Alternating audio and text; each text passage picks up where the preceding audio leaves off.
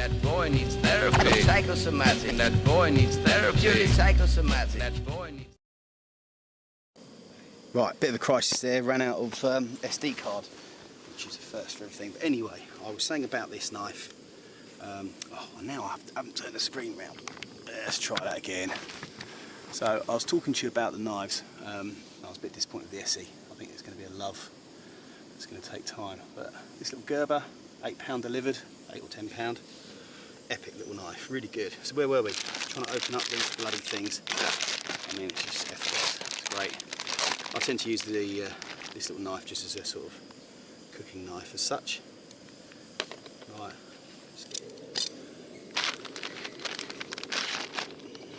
The nans I'm going to attempt to heat up on top of here using good old tin foil. Excuse your fingers.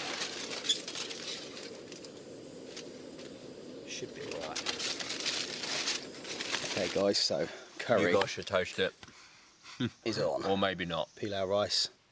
Naan, a couple of those. Mine sort of fell to bits, but that's alright. Guest has the best one. What's the verdict?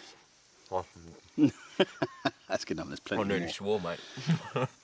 Bit of carnage, but that's to be expected. Did you plate me up too? Yeah, yeah. Get stuck in, lad. You've got a lot to get through tonight. Well, the curry's going down a storm, and Dan is enjoying it. And we've got another visitor. So we don't have dogs, we've got bloody foxes. Now, I did chuck a bit of meat over there, so... everyone's different. I consider foxes to be vermin, personally. But let's see how he likes my curry. Here we go. Is breast of chicken good enough for you, Mr. Fox? Yeah. You'll be shitting that out really tomorrow. healthy though. I know. It does actually. Obviously they are vermin, but well, they I are. suppose out here they're eating. He looks better condition than ones I see at home, like out in the street. Yeah, he's enjoyed that. He's no more than 8 feet. Would you say? 9 Well, feet? yeah. I mean, Dan's there. Fire pit, Mr. Fox. You want some naan bread? Yeah. No?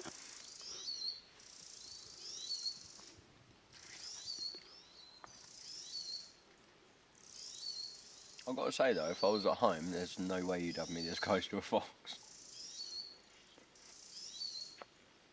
Doesn't like the naan bread. He's sniffing for it.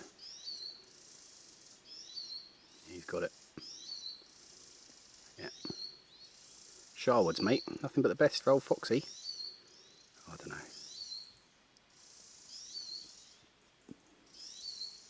Oh, he's looking as if he's just noticed us. Do you know, the funny thing is, if it ran at us, and my dinner's on the floor, I'd shit myself and run away.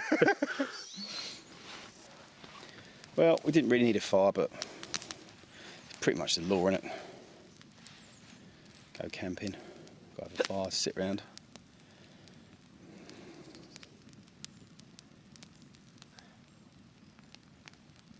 There's nothing, is there? No noise. Lovely. Bushcraft TV.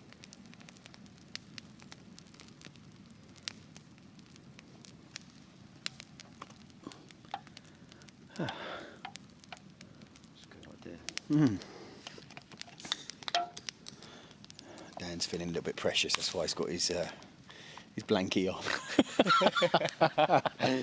Or it might be the fact that I forgot a coat. I forgot everything except the waterproof. Schoolboy error. That's all good. I'll let him go cold because that'll teach him a lesson. He won't forget it again next time. That's all You'll good. know the worst bit is when we were putting the stuff into the boot of your car. Yeah. Took it out of the boot of my car, and my coat was actually on top of my bag. Gutted. So Gutted. Right, I thought I'd just share a few of my sleeping quarters for the evening. So we've gone for glamping, really. Got a little Carrymore pillow, it's all right. The Austrian Army fleece liner for the sleeping bag, and the bag you saw earlier, and of course my favourite, the big mat, which probably could do with being blown up a bit more, but I'll live with it. Squeeze my pack in there as well, and my extra pack that I dragged from the car. The tent's a bit wonky, should be sort of more upright, but the way I've pitched it was bad, and the ground isn't exactly lending itself to an easy pitch.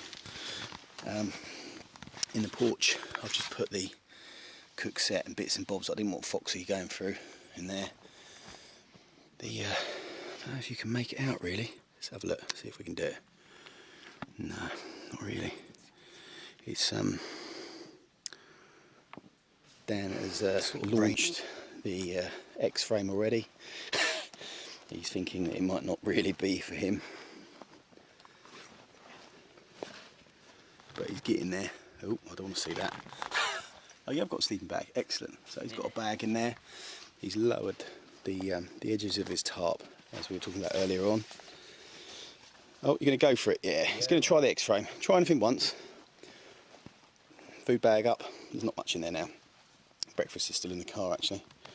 And rubbish, obviously, all tidied away, up, out of the way of Foxy. And yeah. Fire's near enough done now. You guys might remember earlier on I cracked that yellow orangey glow stick. So I've got the camera light on. So if I turn that, try and hit the right button. Right, that's off. See, you can't see the tent at all. It's pitch black. Now you imagine coming out here in the night, wandering around for a whiz, half asleep. At least you've got that beacon. Yeah. I've got a head torch. Yeah, that'll pick up the tent, work fine, but you know. So it blast you away. It's all good. I think that's us done. Morning. It's gone 6. I had a broken night's sleep. You can hear the rain. Just pattering down there from the trees. It's so quiet here that sort of woke me up every time I did it. And even though I always wear earplugs, just to drown out any unnecessary noise, that still woke me. But anyway, that's cool. Check out this view that I've got this morning.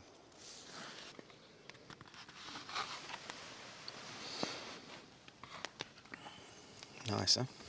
I'm being a bit lazy. I put the cook kit in with me in my tent because it was a bit wet yesterday, a bit damp, and yeah, and a brew kit and the cook kit. So I knocked myself up a little cheeky coffee. Dan's still asleep, I think.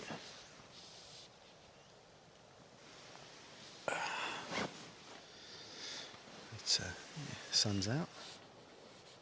Turning into a nice morning. It's still fresh. Last night I used the Austrian Army and the sleeping bag, and just slept in my boxers and a t-shirt. It was fine, nice and warm. I was comfy. I just didn't sleep very well. Still, never mind, eh?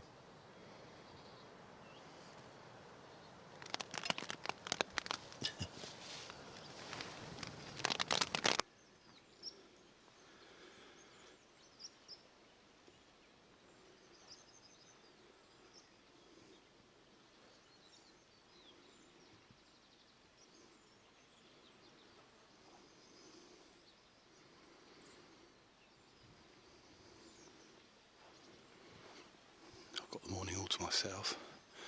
I'm just whispering because Dan is still asleep. No point waking him up. We had a bit of rain in the night, but both shelters seem to have stood up alright to it. Yeah, here's our little camp. Daylight again.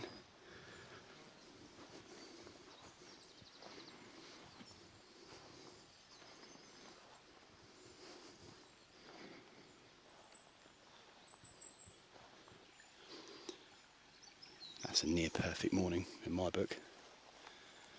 No planes, no cars, no people. Just about hear the wind in the background. Yeah. This is where it's at. The 4-hour wood, as we've named it, because it took us 4 hours to find the bloody place. Not that we even knew it was here, but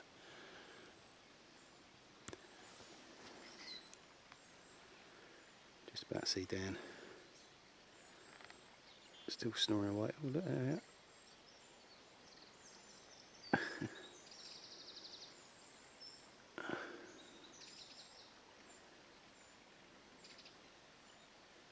Can't even see mine. Somewhere in there.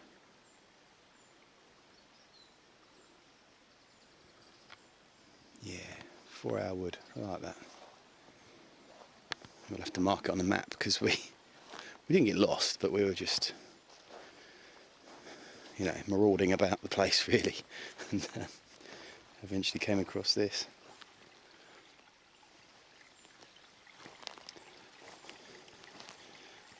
Look how wet the dew is on the ground. Listen to that, man. I mean, that's lovely, isn't it?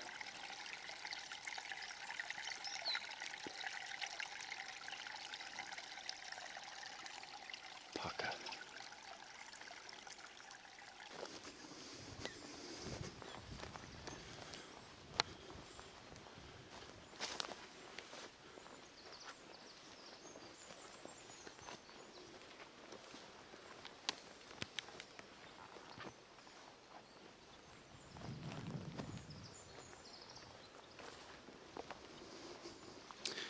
I was explaining to Dan the problem with tarping is that animals can eat you. You know, you're open to the elements. Where a tent, you don't get any insects, you don't get any problems. You don't get any nosy gits with cameras doing this.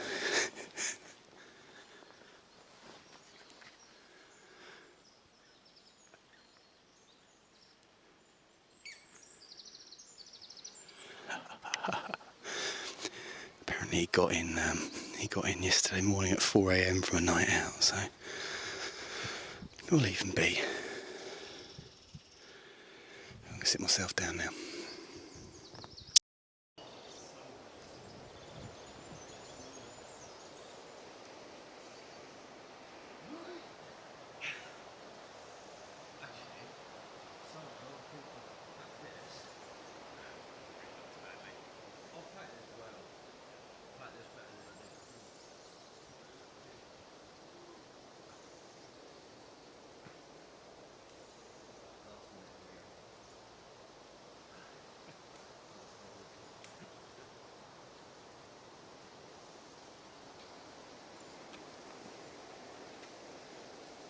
You can see Rob up ahead. We're out of here.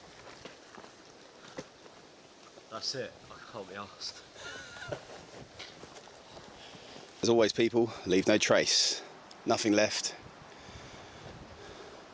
All rubbish taken. Including me. Oh yeah, can't leave him around. Toxic waste. It's all good. No, we've had a good time. Definitely come back to 4-hour woods. No doubt about that. Yep. And yeah, we'll look forward to that. We're talking maybe we could get a few others to join us down there if they wanted to. Could be a good little spot.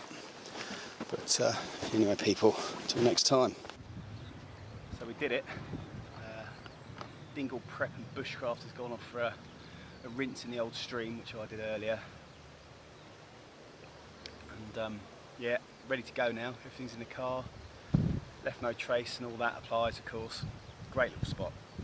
Really enjoyed it. Thanks very much for coming along. I appreciate all the subscriber support and all your positive feedback. Positive comments on how I could do things better. Cheers.